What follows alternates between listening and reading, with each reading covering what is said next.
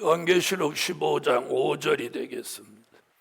또 이 일 후에 내가 보니 하늘의 증거 장막의 성전이 열리며 일곱 재앙을 가진 일곱 천사가 성전으로부터 나와 맑고 빛난 세마포 옷을 입고 가슴에 금띠를 띠고 네 생물 중에 하나가 세세에 계신 하나님의 진노를 가득히 담은 금대접 일곱을 그 일곱 천사에게 주니 하나님의 영광과 능력을 인하여 성전에 연기가 차게 되며 일곱 천사의 일곱 재앙이 마치기까지는 성전에 능히 들어갈 자가 없더라.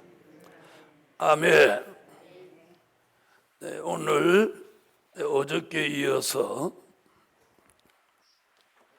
어저께는 보호처에 대한 말씀을 드렸고, 이어서 이제 일곱 대접 재앙 얘기가 나옵니다. 여기 보면 하늘의 증거 장막 성전 얘기가 나옵니다.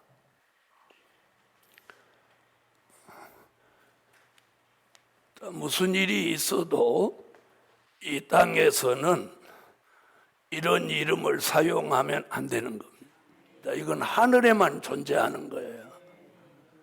그래서 우리가 히브리서 12장 23절에 보면 하늘에 교회가 있어요. 교회. 그 하늘의 교회가 계시록에서는 계시록 4장에 하늘의 교회가 보여줘요. 사도 요한을 통해서 요한계시록 4장에서 하늘에 있는 교회 얘기, 히브리 12장 23절 한번 찾아보세요. 히브리서 12장 23절. 자, 찾으셨으면 읽어주세요.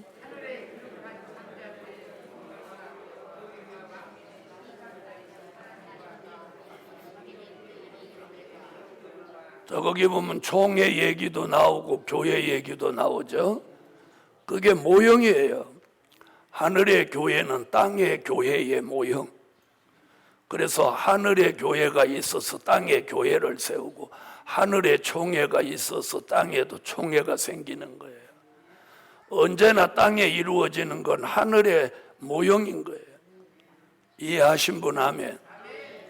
자, 그 히브리 12장 23절에 하늘의 교회가 계시록 몇 장으로 4장 1절 이하에 천국 교회, 하늘 교회 조직 광경을 여기서 보여줍니다.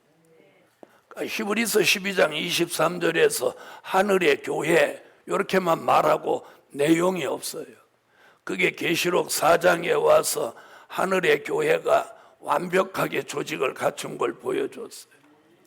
그래서 계시록 4장 2절로 3절에 보면 거기 무슨 얘기가 나오냐면 삼위일체 하나님, 벼곡의 여호와, 녹보석 주 예수, 홍보석 성령님, 이렇게 삼위일체 하나님이 보좌에 앉아 계신 걸 보여줬어요. 그리고 그 보좌 앞에 뭐가 있어요? 네 생물, 또 보좌를 둘러 24보좌, 즉 24장로, 또 보좌 앞에 7 등불을 켜놓은 7 영, 그리고 5장에 천군 천사. 자, 이것이 보좌야, 하나님 보좌를 중심해서 하늘에 있는 교회가 조직이 완벽하게 돼 있는 걸 보여준 거예요. 자, 그 하늘의 교회를 지금 15장에서는 뭐라고 해요? 하늘의 증거 장막 성전이다. 그래서 이 땅 위에다가 증거장막 성전 이런 걸 써붙이면 안 되는 거예요. 왜요? 이 하늘에 있는 증거장막 성전은 하나님 보좌의 보좌의 성전이에요. 그래서 우리는 이 증거장막 성전이라는 걸 절대로 이 땅에서는 쓰면 안 되는 거예요. 여러분, 아무리 누가 김여호와 이렇게 이름 지으면 돼요, 안 돼요? 저거 안 돼요 소리 안 하는 거 봐. 아니, 내가 이번에 내려가면 김여호라고 줘야 되겠다. 안 되는 거예요. 박예수 이렇게 지으면 돼요, 안 돼요? 안 되는 거예요. 우리가 써도 되는 게 있고 안 쓰면 안 되는 거예요. 그리고 이성령 이렇게 지으면 안 되는 거예요. 성령이라는 이름을 쓰면 안 되는 거예요. 또 정보혜사, 보혜사 이런 이름 쓰면 안 되는 거예요. 그와 마찬가지로 이 증거장막의 성전이라는 걸 이 땅 위에서 누구도 절대 써서는 안 되는 거예요. 이는 하나님 보좌에 있는 증거장막 성전인 거예요. 자, 그래서 마지막에 이 증거장막 성전을 통해서 지금 무엇하는 말씀을 전개하냐면 심판. 그러니까 심판은 보좌로부터 나는 거예요. 자, 다시 한번 보시죠. 5절, 또 2일 후에 내가 보니 하늘에 증거장막의 성전이 열립니다. 열려. 그러면 그 전까지는 어떻게 있었다는 거예요? 열리니 이렇게 말하면 그동안은 닫혀 있었다는 거죠. 닫혀 있었다는 거예요. 그럼 왜 여기서 지금 증거장막의 성전이 열리냐? 열리니 그래놓고 그 뒤에 열리는 내용들이 이제 구체적으로 나오는 거예요. 아멘? 자, 뭐라고 하나 보세요. 열리니 7 재앙을 가진 7 천사가 성전으로부터 나오는 거예요. 에? 뭘 가진?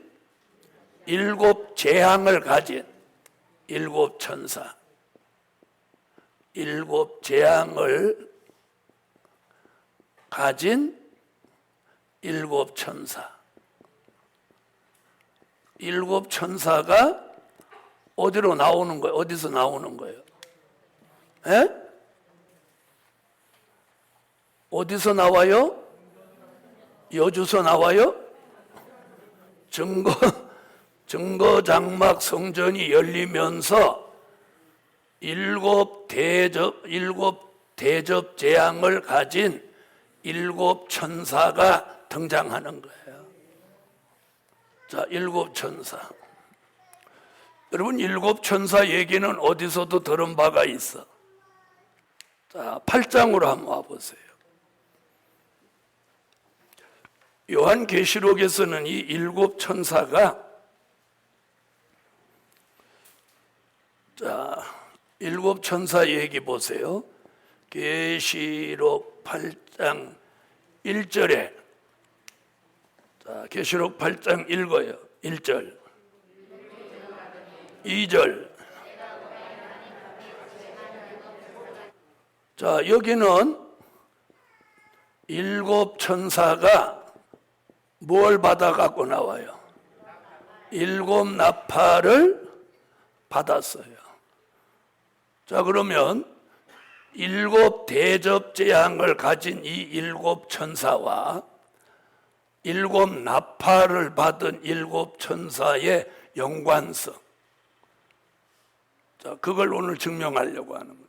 그 다음에 8장 6절, 계시록 8장 6절 읽으세요.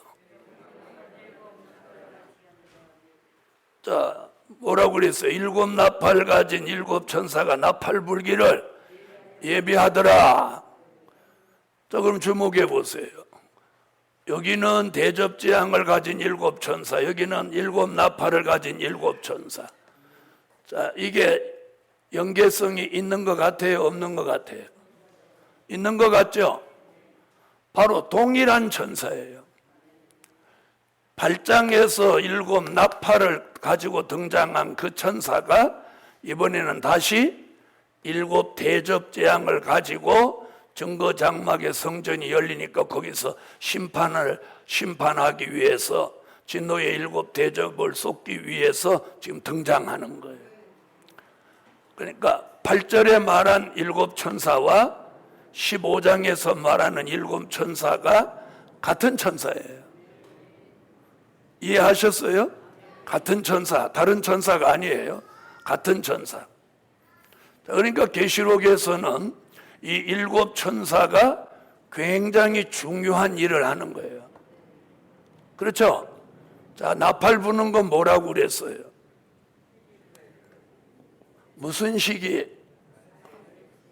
말세의 시기를 알리는 거고, 7 대접 재앙은 산자를 심판하는 역사예요.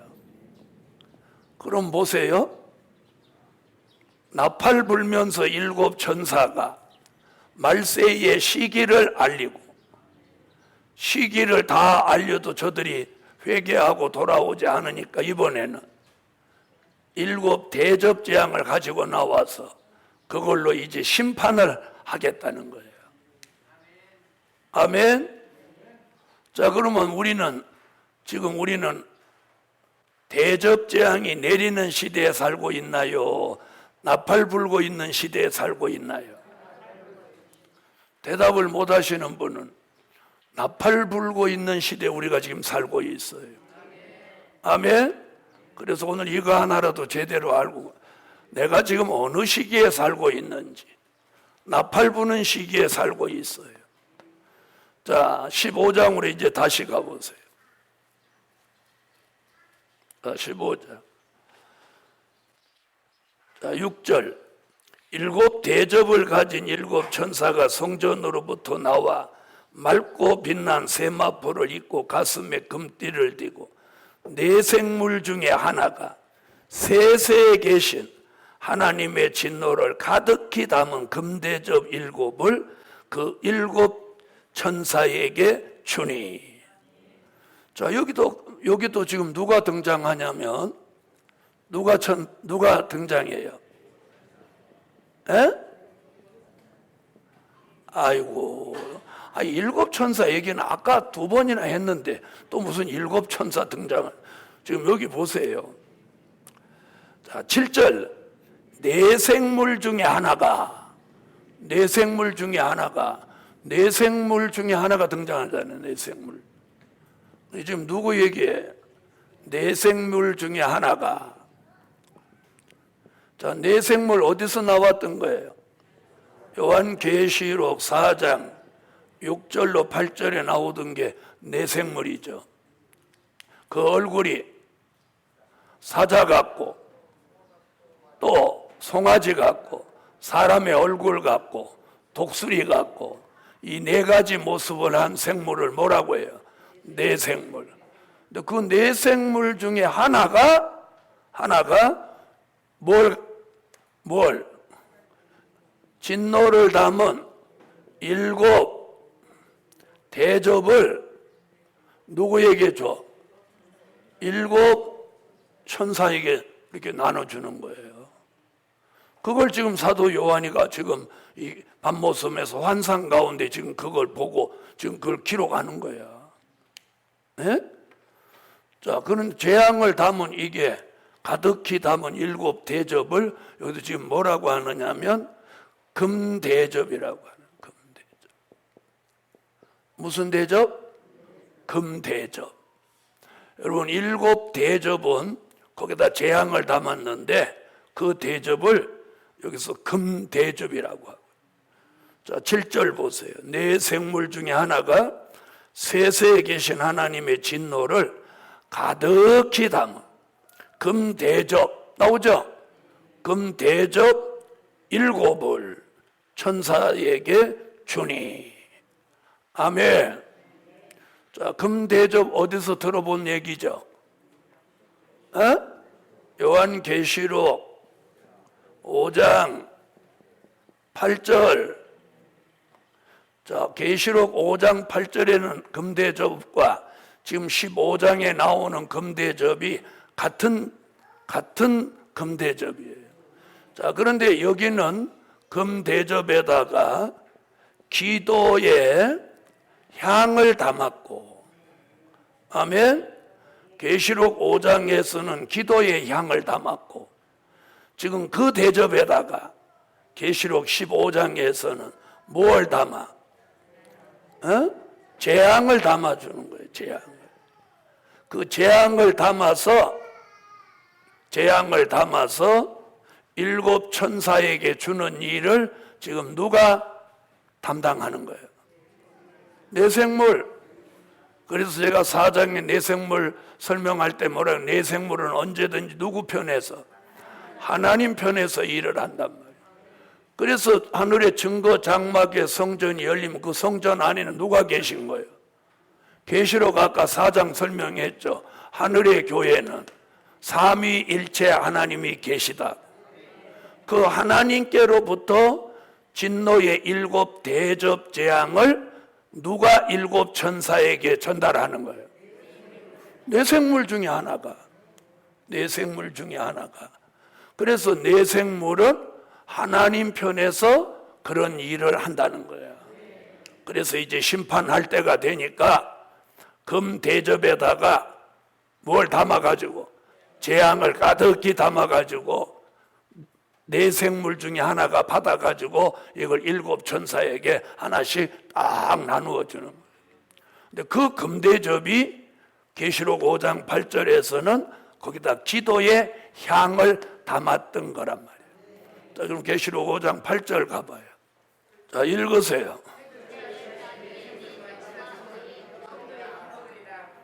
아멘. 그 금대접 나오죠?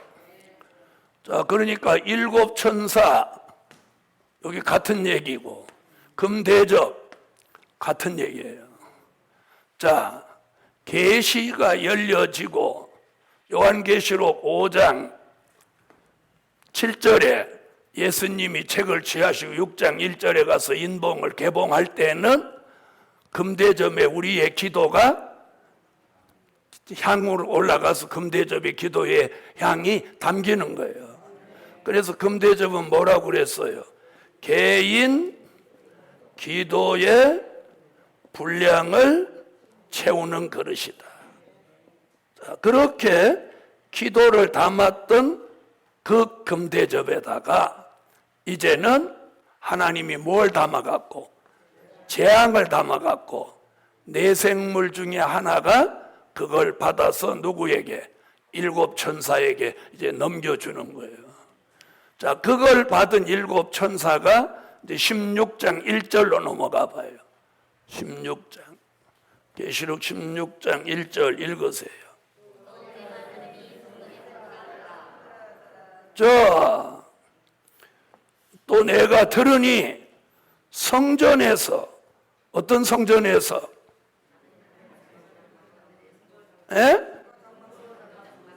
저기다 이렇게 써놨는데도 엉뚱한 소리 하면 안 돼요. 여기서는 지금 뭐라고 답변해야 돼? 하늘의 증거장막의 성전. 거기서 그 증거장막의 성전에서 음성이 들리는 거예요. 또 내가 들으니 성전에서 큰 음성이 나서 일곱 천사에게 말하되, 그럼 이 음성이 누구의 음성? 당연히 하나님의 음성이죠. 말하되 너희는 가서 하나님의 진노의 일곱 대접을 땅에 쏟으라 하더라. 지금 대접 재앙을 쏟으라는 뭐가 떨어진 거예요? 명령이 떨어진 거예요. 증거 장막에 계신 삼위일체 하나님이 일곱 천사에게 이제 진노의 일곱 대접 재앙을 땅에 쏟으라고 지금 명령을 내리는 거예요. 그래서 뭐 딱 들고 대기하고 있다가 진노를 가득히 담은 일곱 대접을 들고 있던 일곱 천사가 이제 하나님의 명령이 떨어지니까 이제 대접을 이 땅에다가 쏟는 거예요. 그래서 요한계시록 16장은 이게 뭘 말한 거냐면 산자를 심판하시는 방법을 말씀해 놓은 거예요. 심판을 하는데 내가 이렇게 심판한다, 이걸 알리는 거예요. 이게 계시록 16장이에요. 자, 그럼 우리는 이런 심판이 온다는 것을 오늘 미리 내다보고 공부는 하되, 이 심판에 해당되면 된다, 안 된다? 안 된다. 아셨죠? 자, 그래서 15장부터 19장까지는 뭐라고 했어요? 산자를 심판하시는 거에 대한 반복적인 계시. 15, 16, 17, 18, 19는 반복적인 계시다. 아멘. 그리고 16장은 뭐라고요? 심판하시는 방법이다. 자, 그럼 이제 첫째 대접을 썼습니다. 첫째 대접은 계시록 16장 몇 절? 자, 2절. 16장 2절 읽어주세요.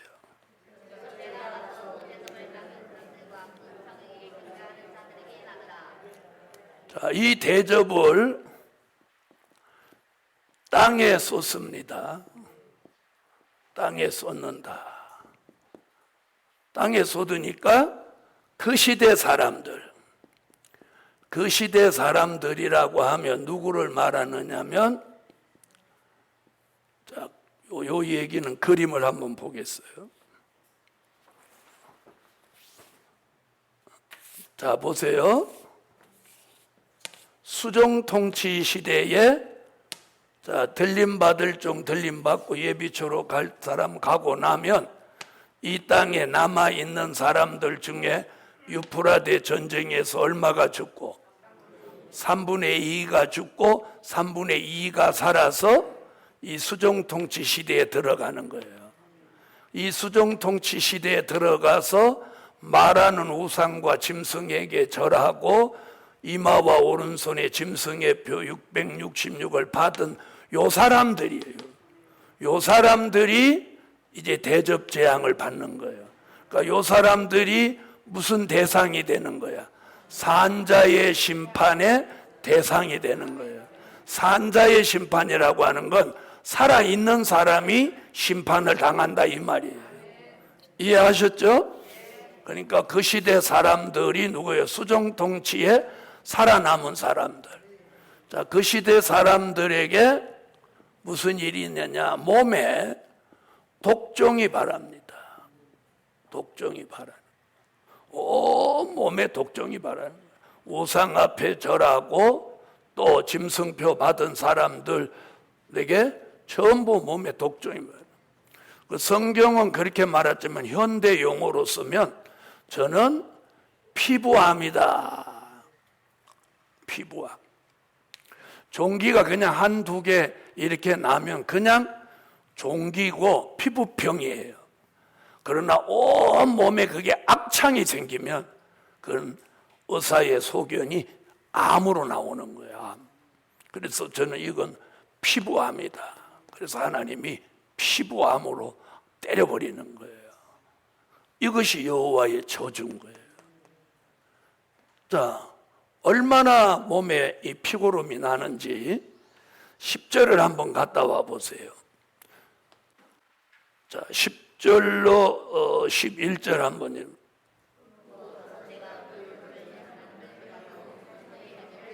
자, 일단 여기 가는 이유가 뭐냐면 첫째 대접을 쏟을 때 독종이 나왔죠. 그런데 거기 뭐라고 해요? 얼마나 아픈지 뭘 깨물어? 자기 혀를 막 깨문다는 거예요. 자기 혀를. 그 정도로 혀를 깨물면 죽는데 그렇게. 그러니까 얼마나 아픈. 이게 첫째 대접을 땅에 쏟을 때 이런 일이 발생하는 거예요. 그러니까 이런 일이 있다는 건 알되, 이런 일이 있다는 건 알되, 이런 일을 당하면 안 되는 거예요. 안 돼. 어? 자, 그 다음에 두 번째 대접. 자, 3절 읽어봐요. 자, 이번에는 어디다 쏟아요? 바다에 쏟는다 그랬어요. 자, 그럼 보세요. 아까는 땅에 쏟았고 이번에는 바다에 쏟았어. 그럼 어디다 다 쏟아진 거야? 5대양 6대주. 전 세계적으로 이 피해를 다 입는 거예요. 자, 둘째 대접을 바다에 쏟았더니 뭐예요? 바다가 피가 되는 거예요. 다시 말하면 피바다가 된 거예요. 피바다. 그럼 바다가 피가 되면 바다에 있는 생물체가 어떻게 되겠어요? 에? 생물체가 멸절하겠죠? 생물체가 멸절. 바닷물이 피가 됐는데 거기 생물체가 어떻게 살아남게? 자, 이 말씀은 스바냐. 자, 스바냐에서 그 답을 찾습니다. 스바냐 1장 2절로 3절에 보면 요 말씀에 확증이 가는 이야기를 합니다. 자, 스바냐 1장 2절로 3절. 자, 읽으세요.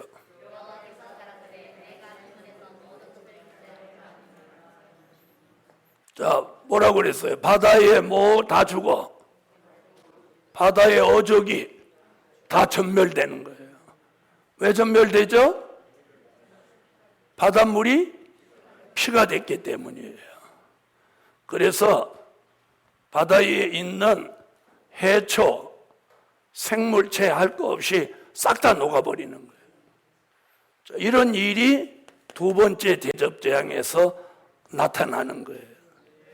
자, 그 다음에 이제 셋째.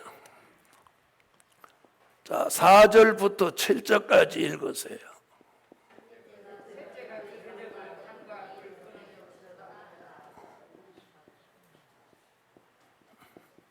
자, 이번에는 셋째 대접을 어디다 쏟아요? 물 근원에다 쏟았어요. 자, 물 근원에다가 셋째가 그 대접을 강과 물 근원에 쏟아요. 강과. 자, 강과 물 근원에 쏟습니다. 그러니까 어떻게 되죠? 전부 강과 물이라는 물이 전부 다 피가 되는 거예요. 물이 피가 되는 거예요. 자, 물이 피가 돼 가지고 피 흘리게 한 이 악한 사람들을, 순교자가 나오게 한 이 악한 자들을 무엇 대신, 물 대신 피를 마시게 한다. 이게 하나님의 공이시다. 여러분, 애굽이 히브리 민족의 남자아이가 나면 전부 나일강에 빠뜨려 죽였어요. 그래서 모세가 바로궁을 찾아가서 제일 먼저 한 게 뭐예요? 나일강 물을 피로 만들어버려요. 피로 만들어. 그래서 순교자를 피 흘리게 한 이 악한 사람들을 물 대신 피를 마시게 하는 것이 하나님의 공이시다. 아멘. 자, 6절 한번 보겠습니다. 저희가 성도들과 선지자들의 피를 흘렸으므로 저희로 피를 마시게 하시는 것이 합당하니다 하더라. 할렐루야. 자, 피 마시는 일이 앞으로 생긴다. 자, 그럼 여기 들어가면 틀림없이 뭐를 마셔야 돼? 피를 마셔야 돼. 자, 그 다음 8절로 9절 네 번째.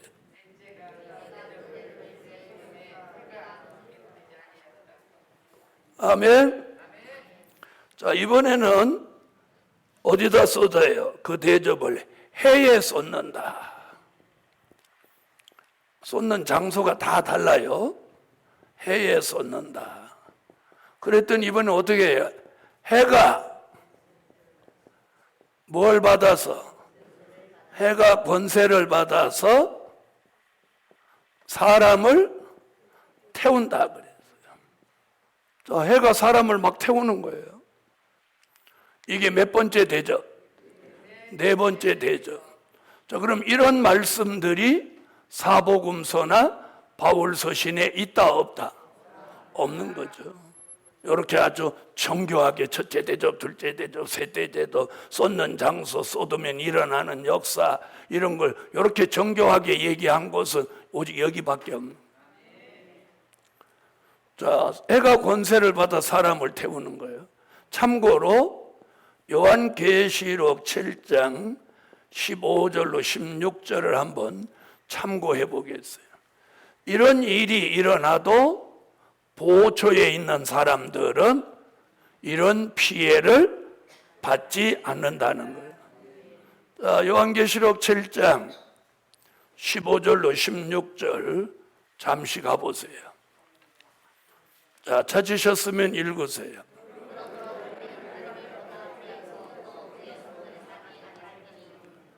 자, 거기 나오죠? 해나 아무 뜨거운 기운에 상하지 아니할지니. 그러니까 이 지구상에 있는 모든 생물체가 다 해가 권세를 받아 태워도 어디 안에 있는 사람들은, 보호처 안에 있는 사람들은 그 피해를 받는다, 받지 않는다? 받지 않는다. 받지 않는다고 지금 말하고 있죠. 자, 이런 일이 몇째 대접 때? 자, 이번에 이제 다섯째, 10절로 11절 읽으세요.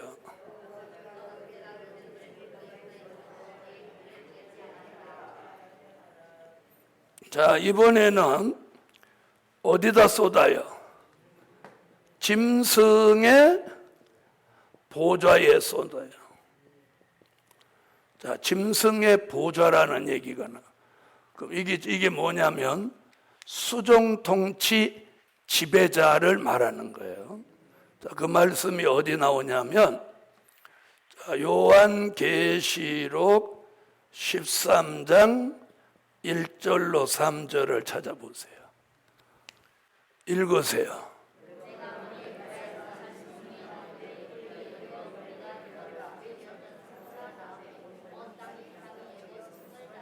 자, 2절에 나옵니다. 내가 본 짐승은 표범과 비슷하고 그 발은 곰의 발 같고 그 입은 사자의 입 같은데 용이 자기의 능력과 보좌와, 거기 보좌 나오죠? 그 보좌가 무슨 보좌?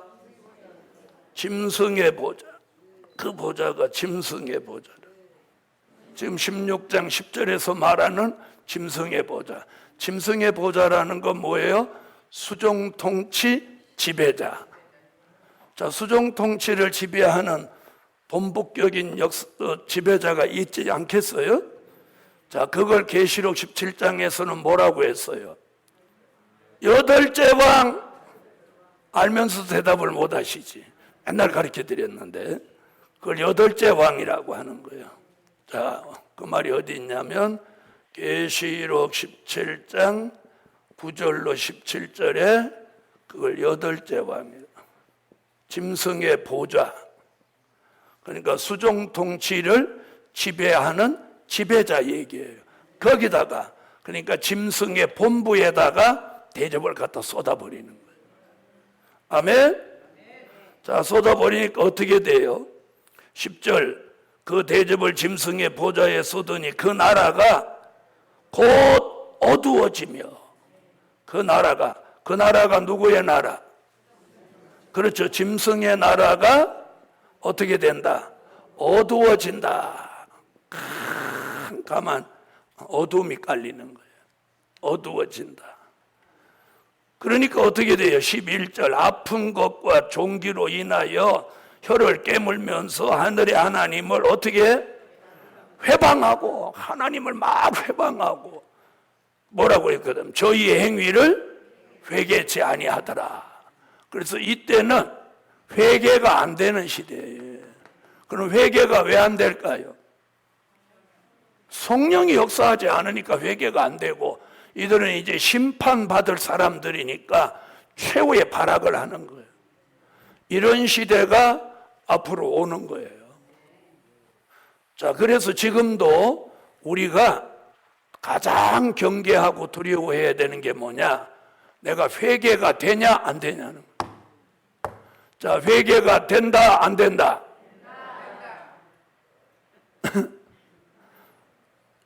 자, 회개가 잘 됩니까? 여러분, 회개가 되는 게 은혜예요. 회개가 안 되면 굉장히 이거 무서운 거예요. 자, 11절 다 같이 한번 읽어봐요.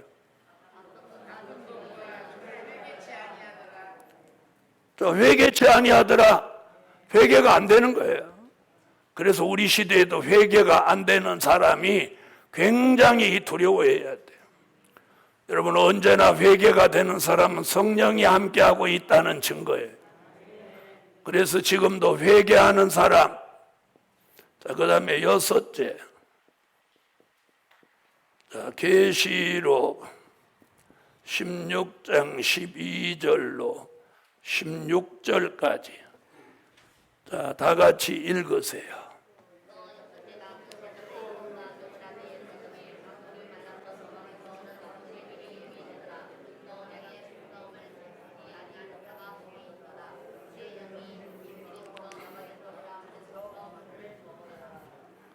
자, 이번에는 어디다가 대접을 쏟아요? 유프라데에 쏟습니다. 자, 유프라데 어디서 들어봤죠? 무슨 전쟁이 일어날 때? 중동 전쟁, 유프라데 전쟁, 6번째 나팔 불고 일어날 때 그 장소에다가 지금 유프라데에다 6번째 대접을 쏟는 거예요. 자, 여기서 오늘 잘 중요한 게 뭐냐? 유프라데에 쏟으니까 무슨 일이 벌어지나 보세요. 귀신의 영이 나오는 얘기예요. 13절로 14절 읽어봐요.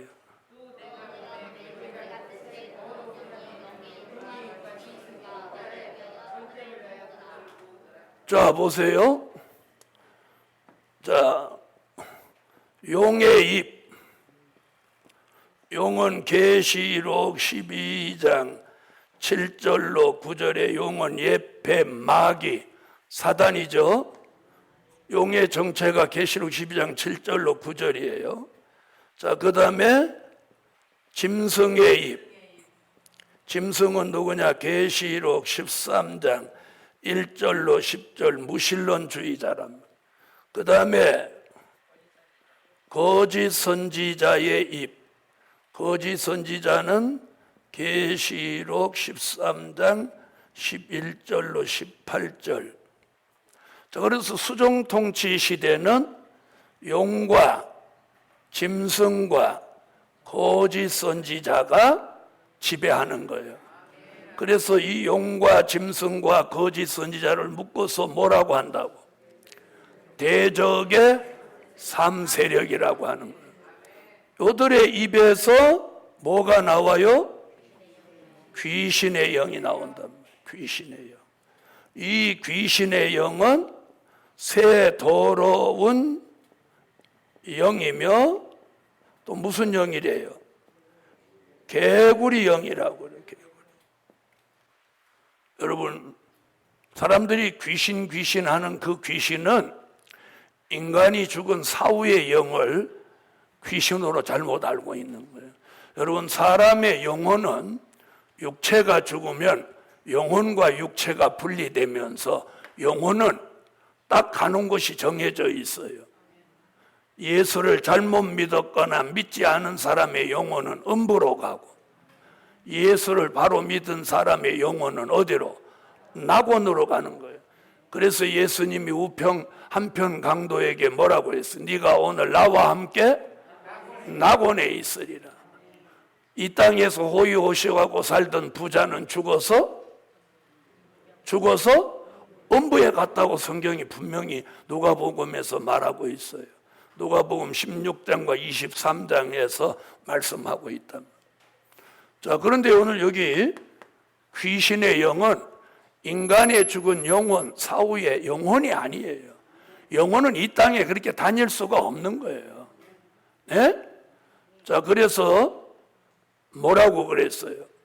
누가복음 16장을 쭉 읽어보면 음부에 떨어진 그 부자가 뭐라고 그랬어요?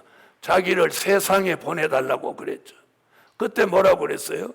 세상과 음부 사이에는 큰 구렁이 껴서 여기를 왕래할 수 없다고 그랬어요. 그럼 이 세상에서 장난치는 건 바로 여기서 말하는 귀신의 영. 그래서 이 귀신에 대해서 아주 정확하게 성경이 말하고 있는 게 여기예요. 16장 몇 절? 16장 몇 절? 13절로 14절. 그래서 오늘 우리는 이 귀신의 영을 오늘 배척해야 돼요. 그리고 지금 여기 여섯째 대접을 쏟으면 귀신의 영이 득세하는 거예요. 그럼 왜 여기서 득세하냐? 그럼 그때 귀신의 영이 나오냐? 아니, 귀신의 영은 지금도 나와요. 그때 무슨 일을 하느냐? 동방에서 오는 왕들의 길을 예비해서 전 세계 사람을 아마겟돈이라는 곳으로 모으더라 그런 거예요. 이걸 뭐라고 하느냐? 계시록 16장 16절. 무슨 전쟁? 이게 아마겟돈 전쟁이에요. 이게 인류의 마지막 전쟁이 아마겟돈 전쟁이에요. 잘 모르는 사람은 세계 3차 대전쟁이 마지막 전쟁이다 그런데 아니에요. 세계 3차 대전쟁은 수정통치 시대를 만들기 위한 전쟁이고, 이제 이 아마겟돈 전쟁으로 이 지구에서의 전쟁은 이걸 끝으로 전쟁이 끝나는 거예요. 왜 전쟁 그럼 계속 할까요? 이게 아마겟돈 전쟁이 마지막 전쟁이에요. 자, 16장 16절 읽으세요.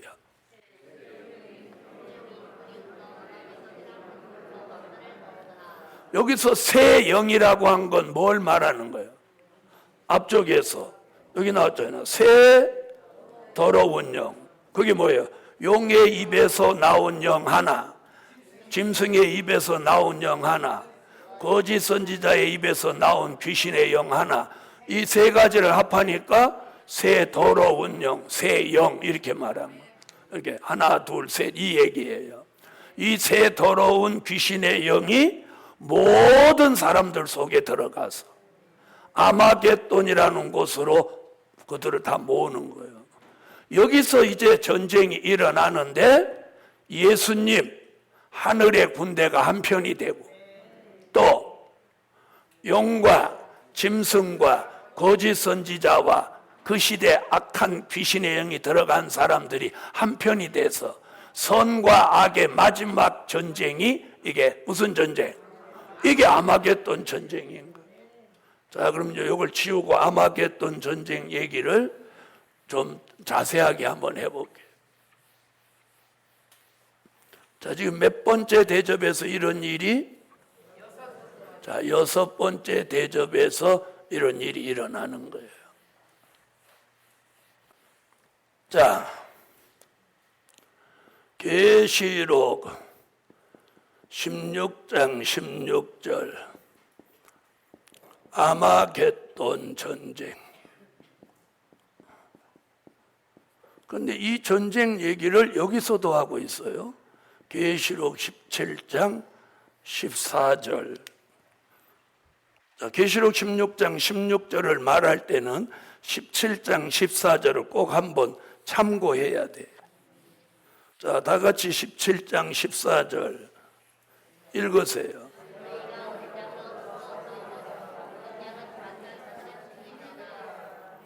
자, 여기서 뭐라고 해요? 저희가 어린 양으로 더불어 싸우려니와, 싸우려니가 뭘 말한 거야? 아마겟돈 전쟁. 자, 싸우려니야. 그러니까 전쟁은 일어나는데 그 뒤에 뭐라고 그랬어요? 어린 양은 만왕의 왕이시여 만주의 주심으로 저희를 이기실 터이요. 그러니까 아마겟돈 전쟁은 누가 이기신다는 거예요? 예수님이 이기신다는 거예요. 아멘. 자, 그럼 이제 아마겟돈 전쟁은 요한계시록 19장 11절로 13절에 백마 타신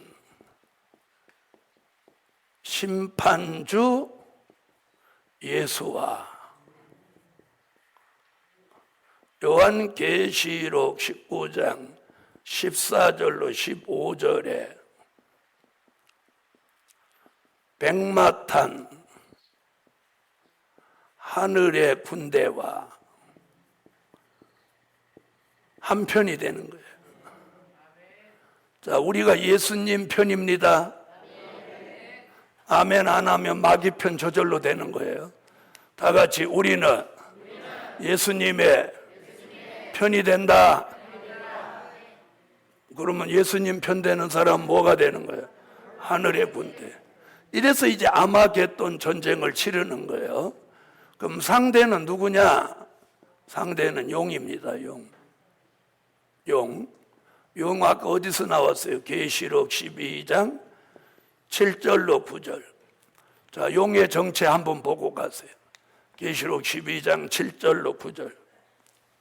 자, 찾으셨으면 읽어주세요.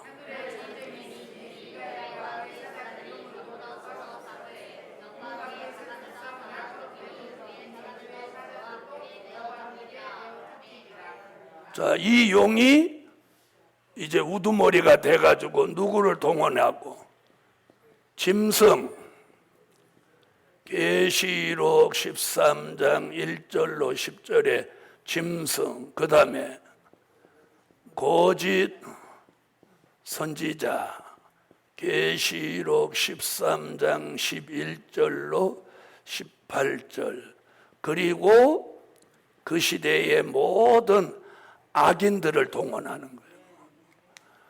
그럼 쪽수는 어느 쪽이 많아? 떼거리는 이쪽이 많죠?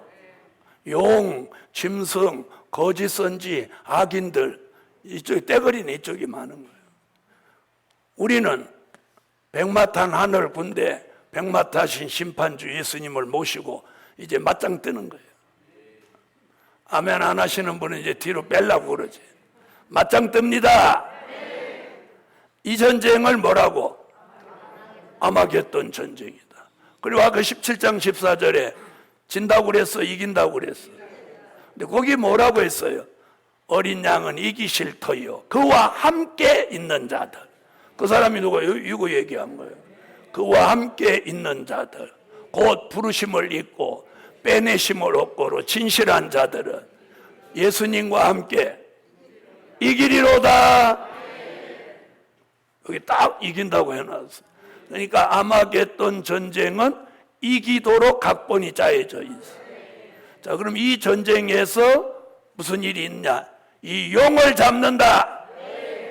용을 잡아요. 용을 잡는다. 이게 계시록 20장 1절로 3절. 용을 딱 잡는 거예요. 자, 다 같이 찾아요. 오늘 용 잡는 날.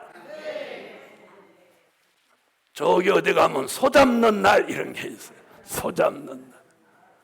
우리는 오늘 성의 마지막 날, 용 잡는 날. 소는 잡아서 먹지만 용은 잡아서 못 먹어요. 자, 그럼 어디다 넣냐? 계시록 20장 1절로 3절 읽습니다.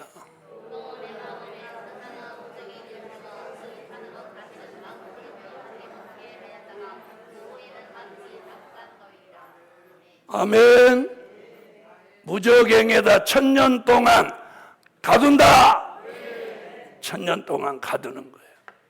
그래서 마귀가 제일 무서워하는 게 무적행이에요. 자, 누가복음 8장 30절로 31절에 마귀가 겁내는 것이 무적행이라는 기록이 나와 있어. 자, 누가복음 8장 30절로 31절.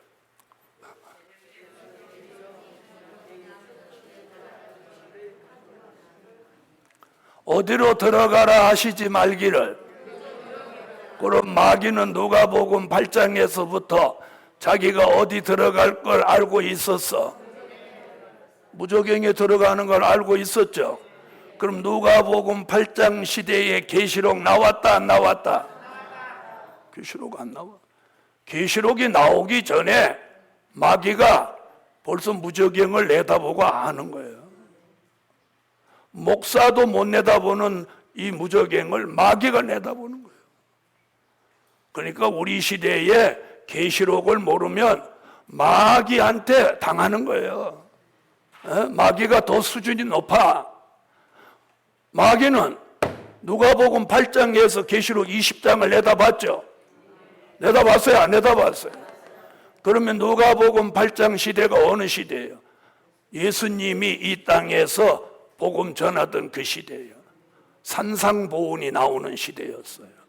그런데 그때 마귀가 계시록이 나오지 않은데 20장을 내다봤던, 자기가 무저갱에 1000년 동안 갇힐 걸 알고 있었다는 거예요.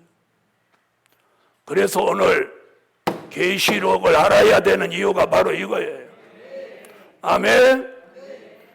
자, 그러면 오늘 계시록 20장 이 말씀하면 마귀가 겁내요 안 내요? 왜? 자기가 거기 1000년 동안 갇힐 거니까. 자, 그럼 언제 이런 일이 있다는 거야? 6째 대접을 쏟으면서 아마겟돈 전쟁이 일어나. 그 다음에 짐승과 거짓 선지자는 계시록 19장 19절로 20절에 이것들은 산채로 유황, 불못에 넣는다. 이건 산채로 잡아넣어요. 안 죽이고. 그래서 지옥을 제일 1번으로 들어가는 게 누구냐? 짐승과 거짓 선지자. 1번으로 지옥 아로무게 가는 거예요. 자, 다 같이 찾으세요. 계시록 19장 19절로 20절.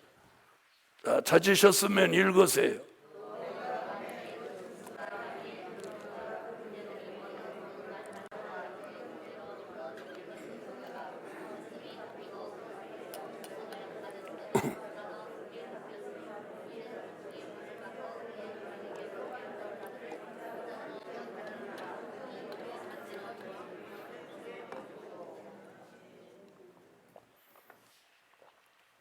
이건 죽일 가치도 없어. 그래도 죽일 가치도 없고 산채로 유황 불못에 집어넣어 버리는 거야. 자, 그럼 짐승과 거짓 선지자가 누구냐? 짐승은 무신론 공산주의예요. 공산주의자들은 마지막까지 살아남아도 산채로 불못에 가는 거예요. 거짓 선지자도 마찬가지예요. 자, 그 다음에 악인들. 자, 악인들이 누구냐? 예수를 잘못 믿었거나 믿지 않았거나 이들이 최후에 남아서 악인이 되는데, 왜 악인이냐? 창조주 하나님이신 예수에게 덤벼들어서 전쟁을 일으키니까 악인일 수밖에. 네? 피조물인 인생은 조물주 하나님께 영광을 돌려야 되는데 예수님한테 싸움하고 걸고 덤비니까 무슨 영이 들어가서 그런 거예요? 그렇지, 바로 귀신의 영이 들어가서. 귀신이 들어가니까 주님의 대적이 되는 거예요. 그래서 이 악인들은 계시록 19장 17절로 18절 21절에 이 악인들은 다 죽여가지고 새의 밥을 만들어 버리는 거예요. 새의 밥. 자, 다 찾아요. 계시록 19장 17절로 18절. 자, 찾으셨으면 읽어주세요.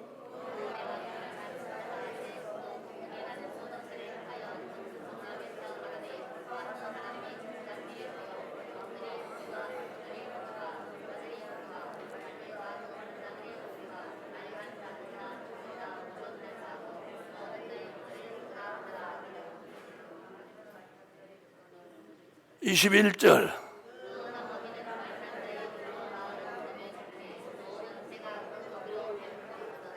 자, 그러니까 마지막까지 구원 못 받고 살아남은 사람은 무슨 밥이 돼? 새 밥이 되는 거예요. 새 모이가 되고 마는 거예요.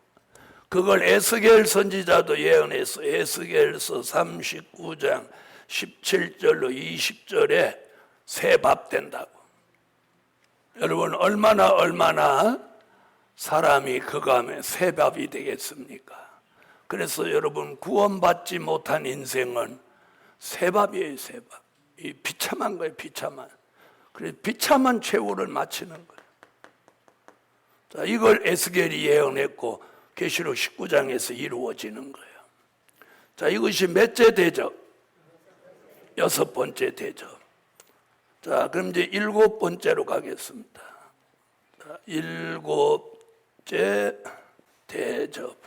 계시록 16장 17절로 21절. 자, 다 같이 자, 읽으세요. 17절부터 21절 시작.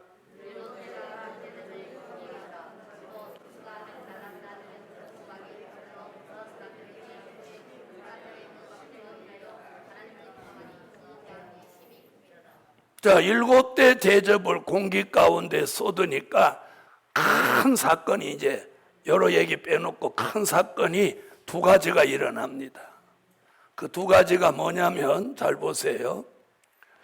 큰 지진이 일어납니다. 우리가 살고 있는 지구가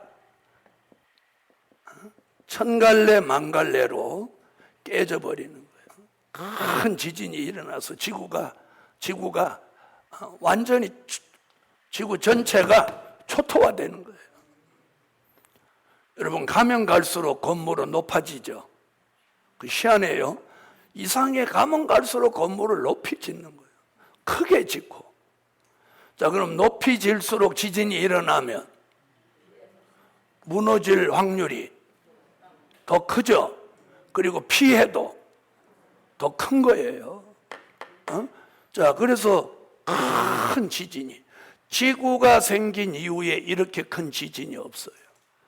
자, 그 다음에 우박 쏟아지는 거, 우박이 쏟아지는 이 2가지 큰 사건으로 세상에 종말이 오는 거예요. 지구가 종말이 오는 거 아니에요. 지구는 그대로 놔두고 지구 안에 있는 인간이 만들어 놓은 이 세상이라는 이 틀이 다 박살나는 거예요. 우박이 얼마짜리 오느냐? 1달란트라고 그랬어요. 1달란트. 1달란트는 약 40kg 정도 되는 거예요. 40kg면 쌀 반가마예요. 20kg짜리 2폭. 40kg짜리 우박 쏟아져 보세요. 지진 나고 지진이 흔들고 우박 쏟아지고 해로 사람 태우고 몸에서는 독종이 나서 피고름이 나고 바쁘다 바빠. 혀 깨물어야지. 아파서 혀 깨물어야지. 우박 피해야지. 지진 나서 쪼개지지. 밖에 나갔더니 해가 태우지. 목말라서 물 마시려니 전부 피가 됐지. 또 갑자기 캄캄하지. 우리 오늘 정신 차려야 돼요. 여러분 이게 성경이에요. 이제 이런 일이 공개되고 있는 거예요. 왜? 요한계시록 이 비밀을 왜 공개하는 거예요? 이 일을 이루시려고. 아시겠습니까? 그래서 지난 2000년 동안 사복음서와 바울 서신을 중심해서 기독교 2000년사를 이루고 대한민국도 기독교 130년사를 이루면서 6만 교회를 만들어냈어요. 이제는 하나님이 이 6만 교회와 전 세계 기독교에 지금 경고를 보내는 거예요. 내가 이제 심판한다. 그러니까 심판에 대비하고 깨어 있으라. 깨어 있으라. 오늘 이런 말씀을 들으면 두려움이 오면서 정신이 팍 트는 사람이 있고, 에이 이판사판 빨래판이다. 막 살고 그냥 살다가 죽어버려야 되겠다. 이러는 사람 나와. 그럼 여러분은 전자요 후자요? 그럼 전자 소리 안 하는 사람은 그럼 어디로 가려고 지금 아무 말도 안 하는 거예요? 전자 후자를 잘 모르는 것 같으니까 다시 설명하겠어요. 이런 말씀을 들으면 막 두렵고 정신이 번쩍 나서 잘못해야 되겠다. 이런 사람 아멘 해요. 이런 말을 들으면 이판사판 빨래판 뭐 우박에 죽거나 지진에 죽거나 막 살다가 죽거나 마찬가지다. 막 살란다 이러는 사람 아멘. 정신이 돌아오긴 돌아왔네. 정신 돌아왔다니까 그러면 오늘 강의 끝내야지. 정신 안 돌아왔으면 계속하고 정신 돌아왔으면 끝내야지. 그래서 7번째로 끝내는 거예요. 그래서 대접제항도 7번째로 끝나고 강의도 7제로 끝내는 거예요. 아멘? 자, 그래서 이번 성회는 계시록 16장으로 마감하고 다음 달 성회에 이제 17장으로 넘어갑니다. 기도드립니다.